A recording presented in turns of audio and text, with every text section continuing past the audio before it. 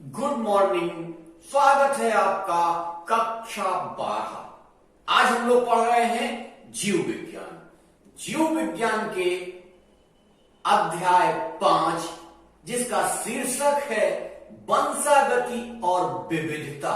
विविधता को कभी कभी विभिन्नता भी कहा जाता है, तो इस अंतर में ज्यादा फंसिएगा मत। चलिए सीधा चलते हैं आज के टॉपिक पर। आज का टॉपिक है लिंग गुणसूत्र के जीन के परिवर्धन के द्वारा उत्पन्न रोग।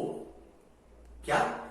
लिंग गुणसूत्र के जीन के परिवर्धन के द्वारा उत्पन्न रोग। अब इसमें दो तीन चीजें एक साथ आ गई हैं। एक तो लिंग गुणसूत्र, हमने आपको बताया था कि गुणसूत्र कितने होते हैं, 23 जोड़ी होते हैं, यानी कि 46 होते हैं। तो कायिक गुणसूत्र कितने होते हैं, 22 जोड़ी होते हैं, यानी कि 44 होते हैं। तो लिंग गुणसूत्र कितने हुए, एक जोड़ी मतलब 2 गुणसूत्र, यानी कि XX और XY। इन्हीं गुणसूत्रों में परिवर्धन के आधार पर, यानी कि ये ऐसे रोग हैं जो जीन के परिवर्धन के आधार पर उत्पन्न हो सकते हैं। हमेशा ऐसा नहीं है कि ये मां बाप से ही आए, ये जीन के परिवर्धन के आधार पर भी उत्पन्न हो जाते हैं और फिर ये वंशानुगत हो जाते हैं। फिर ये एक पीढ़ी से दूसरी पीढ़ी, दूसरी से तीसरी पीढ़ी और क्रमिक रूप से ये आगे चलते रहते हैं। चलिए इन रोगों को हम 3 आधार पर विभाजित कर सकते हैं। कैसे? नंबर 1, X सहलग्न रोग, यानी कि X गुणसूत्र पर जो रोग होता है, उस गुणसूत्र के आधार पर जो रोग उत्पन्न होते हैं उन्हें X सहलग्न रोग कहा जाता है। इन रोगों में कौन कौन से हैं मुख्य तौर पे, उनको हम लोग देख लेते हैं। इनमें हीमोफीलिया, वर्णांधता और बहुत सारे रोग हैं, लेकिन यहां हम हीमोफीलिया और वर्णांधता को ही देखेंगे। ये X गुणसूत्र पर आधारित होते हैं। दूसरे कौन से हुए, Y गुणसूत्र, यानी कि Y सहलग्न गुणसूत्र पर रोग। ये Y गुणसूत्र पर जो रोग होते हैं उनको Y सहलग्न रोग कहते हैं। लेकिन हमारे सिलेबस में केवल X सहलग्न रोग ही हैं, इसलिए Y सहलग्न रोग और तीसरे नंबर पर आते हैं X और Y सहलग्न रोग। इनको हम लोग नहीं पढ़ेंगे, यानी कि X और Y सहलग्न रोग, यानी कि दोनों गुणसूत्रों पर जब रोग उत्पन्न हो जाता है तब हम इसको क्या कहते हैं, XY सहलग्न रोग। अब यहां पर देखना है, हम लोगों को हमारे सिलेबस के अनुसार ही चलना है। देखिए आपको हम एक चीज स्पष्ट तौर से आज समझा देते हैं, बता देते हैं, हमेशा याद रखिएगा। पहले तो सबसे पहले आपको सारी दुनियादारी नहीं सीखनी है। अगर आपको ज्ञान प्राप्त करना है तो बहुत सारा ज्ञान पड़ा हुआ है, लेकिन बहुत सारे ज्ञान के चक्कर में अगर आप पड़ जाएंगे तो आप अपनी परीक्षा में क्या होंगे, फेल हो जाएंगे। परीक्षा में, प्रतिस्पर्धा में आगे नहीं जा पाएंगे। कई वैज्ञानिकों को देखा गया है कि वो कई बार एक ही कक्षा में फेल हो जाते हैं, लेकिन बाद में एक आविष्कार करके वो अपना नाम रोशन करते हैं। यहां हमारा मेन उद्देश्य क्या है? हमारा मेन उद्देश्य है कि हम प्रतिस्पर्धा में आगे आए, अपने क्लास में अच्छे अंक लेके आए और नीट की परीक्षा पास करें। केवल ध्येय हमारा इतना है। हमारा ध्येय ये नहीं है कि हम दुनिया भर का ज्ञान प्राप्त कर लें, वेद भी पढ़ लें, गीता भी पढ़ लें, उपनिषद भी पढ़ लें, लेकिन बाद में हो क्या, हम इस प्रतिस्पर्धा के युग से बाहर हो जाएं। ज्ञान तो हमारे पास बहुत सारा हो जाएगा, लेकिन इस प्रतिस्पर्धा से हम अलग हट जाएंगे, दूर हो जाएंगे। तो सबसे पहले आपको अपने सिलेबस के अनुसार पूरा सिलेबस आप लिख के कहीं टांग लीजिए, और उसके हिसाब से ही पढ़िए, सिलेबस के बाहर मत पढ़िए, नंबर एक चीज। और नंबर दूसरी चीज, जब आपको क्वेश्चन पेपर मिलता है तो उसमें भी क्वेश्चन पेपर में जो चीजें पूछी गई हैं उन्हीं पर ही आंसर दीजिए, उनके बाहर आंसर देने की जरूरत नहीं है। मान लीजिए पूछा गया है छोटा सा क्वेश्चन, लेकिन आपको उसके बारे में सारी चीजें पता है। पूछा गया है डीएनए क्या होता है, लेकिन आपने डीएनए के बारे में जितनी जानकारी थी सब उस पर लिख डाली। अब एक नंबर के क्वेश्चन पे आपने 5 पन्ने लिख दिए और आधा घंटे अपना टाइम बर्बाद कर लिया। इसमें होगा क्या, आपका टाइम भी बर्बाद हुआ और नंबर आपको कितना मिलना है, एक ही मिलना है, जो आपको एक लाइन लिखने पर भी मिल जाता। लेकिन आपने क्या किया, 5 पेज लिख डाले। तो ऐसा हमें नहीं करना है, ऐसा हमेशा ध्यान रखिएगा। तो हम लोग सीधे चलेंगे अपने सिलेबस के अनुसार एक्स संलग्न रोग पर। एक्स गुणसूत्र पर जो रोग उत्पन्न होते हैं उनको हम लोग देख लेते हैं। सबसे पहला इसमें जो रोग आता है उसको कहते हैं हीमोफीलिया। अब हीमोफीलिया है क्या, पहले तो ये समझ लीजिए कि हीमोफीलिया है क्या। हीमोफीलिया का अर्थ होता है रक्त का थक्का ना जमना, रक्त का थक्का ना जमना। अब आप कहिए रक्त का थक्का ना जमना ये रोग कैसे हो गया। हाँ, ये रोग इसलिए है कि जब आपके शरीर से रक्त बाहर निकलने लगता है तो 2 से 5 मिनट के अंदर उस ब्लड का थक्का जम जाता है, जिससे कि रक्त बाहर नहीं निकल पाता है। शरीर के अंदर का रक्त रुक जाता है। उस रक्त को 2 से 5 मिनट तक अगर हमने रोक लिया तो उस जगह वो थक्का बन जाएगा और ब्लड बाहर नहीं आएगा। लेकिन हीमोफीलिया जो ये रोग है, ये जो वंशानुगत रोग है, इस वंशानुगत रोग में क्या होता है, रक्त का थक्का नहीं जमता है।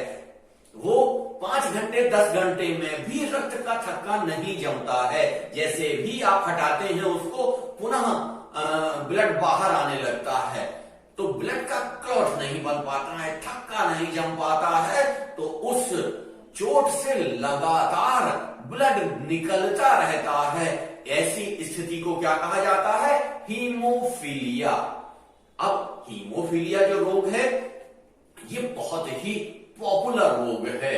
ये महारानी विक्टोरिया को था।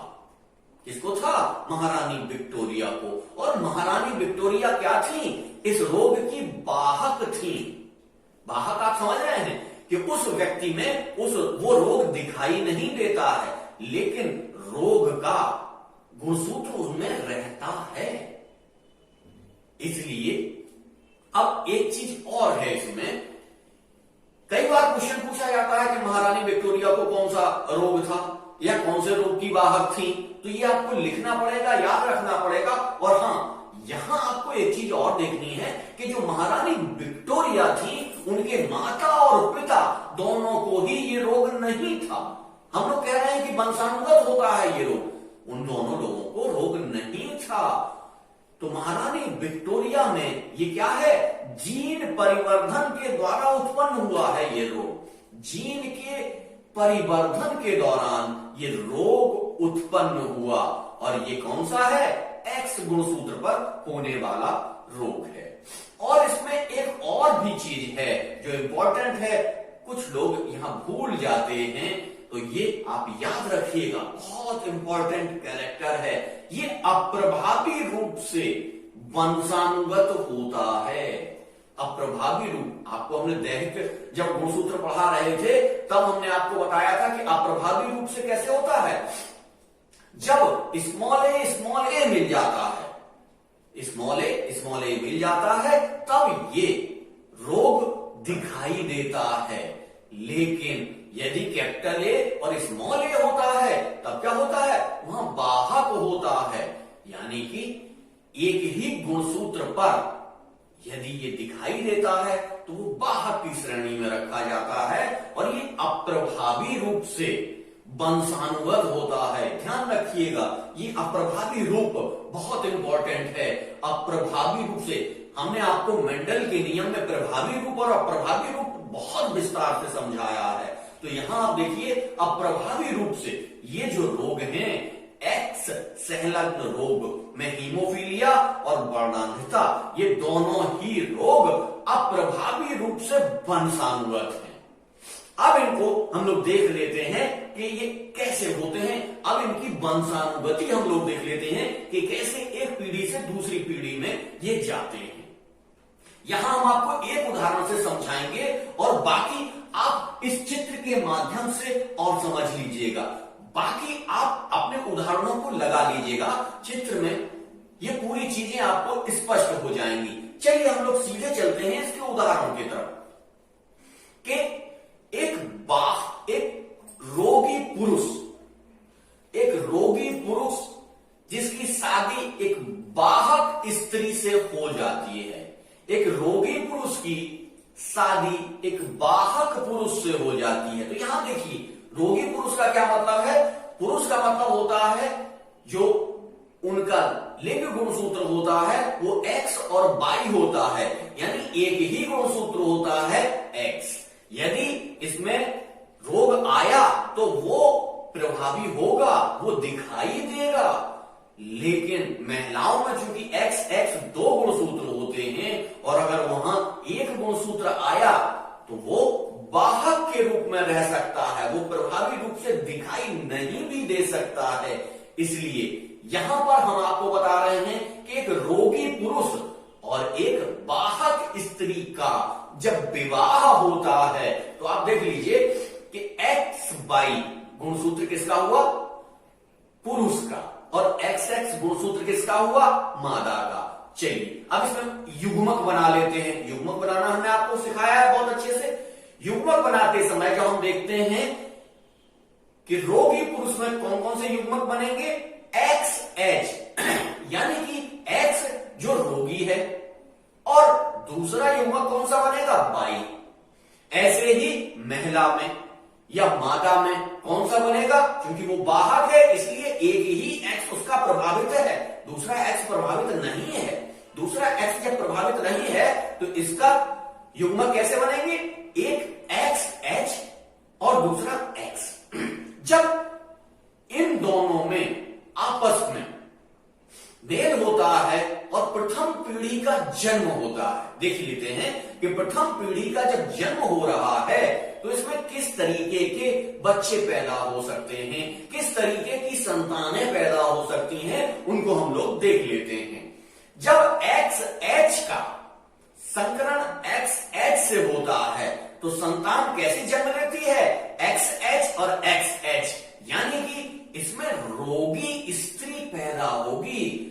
दोनों गुणसूत्रों पे एच आ रहा है, यानी कि हीमोफीलिया दोनों गुणसूत्रों पे आ रहा है, तो यहां रोग दिखाई देगा। उस महिला पर स्पष्ट रूप से वो रोग दिखाई देगा। और दूसरा क्या है? एक्स एच और एक्स, ये दूसरा जो निषेचन होगा वो होगा एक्स एच और एक्स का। जब ये एक्स एच और एक्स होगा तो इससे कौन सी संतान बनेगी? इससे संतान बनेगी वाहक स्त्री, यानी कि रोग तो उसके अंदर होगा लेकिन वो वाहक होगी उस रोग की, उसको वो रोग दिखाई नहीं देगा, उसमें वो रोग प्रदर्शित नहीं होगा। फिर हम आते हैं जो वाई का एक्स एच से।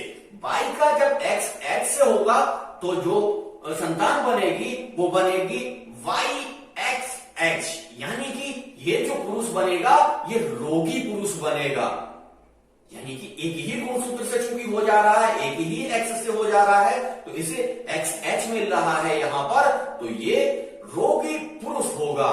इसके बाद हम वाई को एक्स से कराते हैं तो वाई और एक्स दोनों सेम हैं, तो इसमें सामान्य पुरुष पैदा होगा।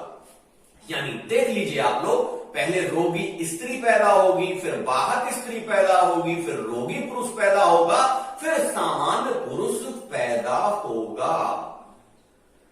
इसमें आप इस चित्र से समझ सकते हैं, इसमें आपको सारी चीजें दिखाई गई हैं, सारी चीजें बताई गई हैं और इन उदाहरणों को आप देख सकते हैं और पूरी तरीके से समझ सकते हैं। आप अपने घर में क्रमशः लगा सकते हैं कि रोगी पुरुष, और अभी हमने कहा वाहक स्त्री से कराया, फिर आप लोग करके देखिएगा कि रोगी पुरुष और रोगी स्त्री, तो बच्चे कैसे हो रहे हैं। ये सारी चीजें आप लोग देख सकते हैं। चलिए अब हम लोग चलते हैं दूसरे रोग पर। दूसरा रोग कौन सा है? दूसरा रोग है वर्णांधता। ये भी आनुवांशिक रोग है। कौन सा रोग है? लिंग गुणसूत्र के जीन के परिवर्धन के द्वारा उत्पन्न रोग। ये भी वही है। इसको आप लोग समझ लीजिए कि ये कैसे उत्पन्न होता है और कैसे इसको हम लोग जानते हैं और इसमें के लक्षण क्या होते हैं। लक्षण आप लोग समझ लीजिए कि लक्षण क्या होते हैं इसमें व्यक्ति को हरे और लाल रंग का विभेद नहीं दिखाई देता, या इसको वर्णांधता के साथ साथ क्या कहा जाता है? हरे और लाल रंग की अंधता, यानी कि हरा और लाल रंग उसको दिखाई नहीं देता है। ऐसे लोग वर्णांधता से रोगी लोग चौकीदार नहीं हो सकते हैं, ड्राइवर नहीं हो सकते हैं, पायलट नहीं हो सकते हैं, क्योंकि इन जगहों पर इन प्रतीकों का बहुत महत्वपूर्ण योगदान है। बहुत सारी जगहों पर अब ये देखा जा रहा है कि जब ड्राइविंग लाइसेंस दिया जा रहा है तो उस व्यक्ति का टेस्ट लिया जा रहा है। यदि वो परीक्षा उत्तीर्ण नहीं कर पाता है तो उसको ड्राइविंग लाइसेंस नहीं मिल रहा है। क्यों? क्योंकि यदि वो इन प्रतीकों का देख नहीं पाएगा, इनमें भेद नहीं कर पाएगा, तो उसको तो समझ में ही नहीं आएगा कि क्या हो रहा है।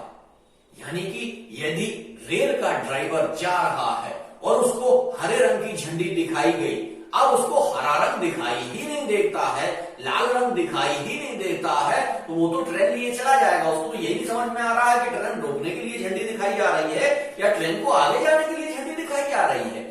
ऐसी स्थितियों में जब इन सारी जगहों पर नौकरी दी जाती है तो मेडिकल कराया जाता है, और मेडिकल में स्पष्ट देखा जाता है कि यदि वर्णांधता से व्यक्ति प्रभावित है तो उसको नौकरी नहीं दी जाती है, क्योंकि इसमें क्या है, सैकड़ों लोगों की जिंदगी उसके ऊपर आ जाती है। अगर वो ट्रेन का ड्राइवर है, अगर वो पायलट है, तो वो व्यक्ति इतने सारे लोगों के प्राणों को संकट में डाल सकता है, इसलिए इनको वो नौकरियां नहीं दी जा सकती हैं। चलिए, ये भी उसी तरीके का रोग है जिस तरीके का हमने हीमोफीलिया देखा था। हीमोफीलिया में भी हमने वही उदाहरण लिया था। चलिए हम वर्णांधता में वही उदाहरण लेंगे कि एक रोगी पुरुष और वाहक स्त्री का यदि विवाह कराया जाता है तो उसमें कौन सी संतान पैदा होगी? रोगी पुरुष यानी कि XY और वाहक स्त्री यानी कि एक X जो कि रोगी है और एक X सही है। जब इनको मिलाया जाता है तो इसमें युग्मक बनते हैं। युग्मक कौन से बनते हैं? X और Y। X यानी कि रोगी X और Y में तो ये होता ही नहीं है, इसलिए हम लोग क्या पढ़ रहे हैं? X संलग्न रोग। कौन सा? X संलग्न रोग केवल X पर ही पाया जाता है, और Y में दूसरी जगह मादा में भी जब युग्मक बनेंगे, मादा युग्मक बनेंगे, तो इनमें अर्धसूत्री विभाजन होगा। अर्धसूत्री जब विभाजन होगा तो दोनों अलग अलग हो जाएंगे। दोनों अलग अलग हो जाएंगे तो एक X पर रोग का वो रहेगा, दूसरा X सही रहेगा। इनको जब मिलाएंगे तो पहली पीढ़ी की जो संतान पैदा होगी वो कौन कौन सी होगी? वो पहली होगी रोगी स्त्री, दूसरी है वाहक स्त्री, तीसरी है रोगी पुरुष और चौथी है सामान्य पुरुष। इस तरीके की संतानें पैदा होंगी। आप देख लीजिएगा, और बाकी उदाहरणों से, बाकी चीजों से आप इसमें मिलान करके इसका और एक्सरसाइज कर लीजिएगा, जिससे आपका कोई भी क्वेश्चन गलत ना हो। कई बार ऐसा दे दिया जाता है कि सामान्य पुरुष की एक हीमोफीलिया लक्षण वाली युवती से शादी करा दी जाए तो प्रथम पीढ़ी में संतान कैसी होंगी, अब आपको बताना है। जब आपको पता ही नहीं है तो आप कैसे बता पाएंगे? इसलिए आपको युग्मक बनाने आने चाहिए। आपको ये पता होनी चाहिए कि किस किस युग्मक पे, यानी कि जब रोगी स्त्री है तो उसके दोनों एक्स पर रोग होगा। अगर वो बाहर होगी तो एक एक्स पर होगा, लेकिन रोगी स्त्री है और सामान्य पुरुष है, यानी कि पुरुष में रोग नहीं है, तो जब इनके बच्चे बनेंगे तो कैसे बनेंगे? कमेंट सेक्शन में बताइए इस चीज को। चलिए अब हम लोग इसका एक दूसरा एक अन्य पार्ट भी पढ़ लेते हैं। अन्य चीज क्या है? इसमें है प्रबल एक्स सहलग्न गुण, यानी कि प्रबल एक्स। अभी हम लोग क्या कह रहे थे? अप्रभावी रूप से, अप्रभावी रूप था वो, अब हम लोग क्या कर रहे हैं? प्रबल, यानी कि प्रभावी रूप। प्रभावी रूप से जो संलग्न हैं वो कैसे होते हैं वंशानुगत रोग, और वो कौन से होते हैं इनको हम लोग देख लेते हैं। मनुष्य के कुछ एक्स संलग्न आनुवांशिक लक्षण, जैसे कि दांतों का त्रुटिपूर्ण इनेमल, यानी कि दांतों में जो आपके ऊपर की जो चीज है इसको एनेमल बोलते हैं, और दांतों का जो एनेमल है ये एनेमल त्रुटिपूर्ण होता है। तब ये कैसी स्थिति बनती है? तब ये कह रहे हैं कि ये सुप्त नहीं वरन प्रबल जीन्स के कारण होता है, सुप्त जीन्स के कारण नहीं होता है। जब सुप्त जीन्स के कारण होता है तब क्या होता है? रोगियों की संख्या कम होती है, रोगियों की संख्या बहुत कम होती है। लेकिन जब प्रबल जीन्स के कारण होता है, ये कई बार पूछ लिया जाता है, ये आप याद रखिएगा कि जब अप्रभावी जीन के द्वारा हो रहा होता है तो रोगियों की संख्या बहुत कम होती है, क्योंकि कुछ रोगी होते हैं, कुछ बाहक होते हैं, कुछ सामान्य होते हैं। लेकिन यहां क्या हो रहा है? प्रभावी जीन्स के कारण हो रहा है। अतः स्पष्ट है कि ये लक्षण पुरुषों और स्त्रियों दोनों में समान रूप से विकसित होते हैं, यानी कि ऐसा नहीं होता है कि स्त्रियां बाहक ज्यादा हों, स्त्रियां बाहक नहीं होती हैं, सीधे सीधे उनमें रोग दिखाई देता है। और ये स्त्रियों में 2x गुणा सूत्र के कारण पुरुषों की अपेक्षा इन लक्षणों की दुगनी संभावना होती है, संभावना ज्यादा होती है इनकी, यानी कि प्रबल एक्स संलग्न जो गुण हैं उनके रोगियों की संख्या बहुत अधिक पाई जाएगी, बहुत ज्यादा पाई जाएगी। जबकि क्या है? अप्रभावी या एक्स संलग्न अप्रभावी जीन के कारण जो रोग उत्पन्न हो रहा है उनकी संख्या बहुत कम पाई जाती है। इन दोनों में यही एक सबसे बड़ा अंतर था जो आपको जानना बहुत आवश्यक है। कई बार इसके क्वेश्चन बोर्ड में तो पूछे ही जाते हैं, नीट में भी पूछ लिए जाते हैं। चलिए यहां आपसे एक क्वेश्चन और है कि हीमोफीलिया में खून का थक्का नहीं जमता है तो सामान्य पुरुष में या सामान्य महिला में खून का थक्का कितने समय के अंतर्गत जम जाता है? आपसे सारे क्वेश्चन इसी वीडियो से पूछे जाते हैं, बाहर के वीडियो से नहीं पूछे जाते हैं, पुराने वीडियो से नहीं पूछे जाते हैं। तो यदि आपने का दिमाग या आपका ध्यान कहीं और चला गया है और वो क्वेश्चन निकल गया है तो आप वीडियो को दोबारा देखिए, वीडियो को तिबारा देखिए, आपको ये क्वेश्चन के आंसर यहीं पे मिल जाएंगे, आपको कहीं जाने की आवश्यकता नहीं है। तो ये क्वेश्चन के आंसर हमें कमेंट सेक्शन में आके जरूर बताइए। आपके इस रिस्पांस से हमें भी उत्साह मिलता है, हमें भी आपकी पढ़ाई में और ज्यादा ध्यान देने में मदद मिलती है। हाँ, एक इंपॉर्टेंट सूचना, जिन छात्रों ने हमारा चैनल सब्सक्राइब नहीं किया है तो प्लीज इसको सब्सक्राइब कर लीजिए, अधिक से अधिक इस वीडियो को लाइक करिए, शेयर करिए और इस में जो क्वेश्चन पूछे जा रहे हैं उनके आंसर जरूर दीजिए। मेरे हिसाब से यहां ये पाठ लगभग समाप्त तो होता है, लेकिन हाँ, यदि आपको लगता है कि कुछ छूट गया है तो हमको कमेंट सेक्शन में आके बताइए, उसको हम पुनः एक वीडियो बना के उन सब सारी चीजों को आपके सामने लाएंगे। धन्यवाद।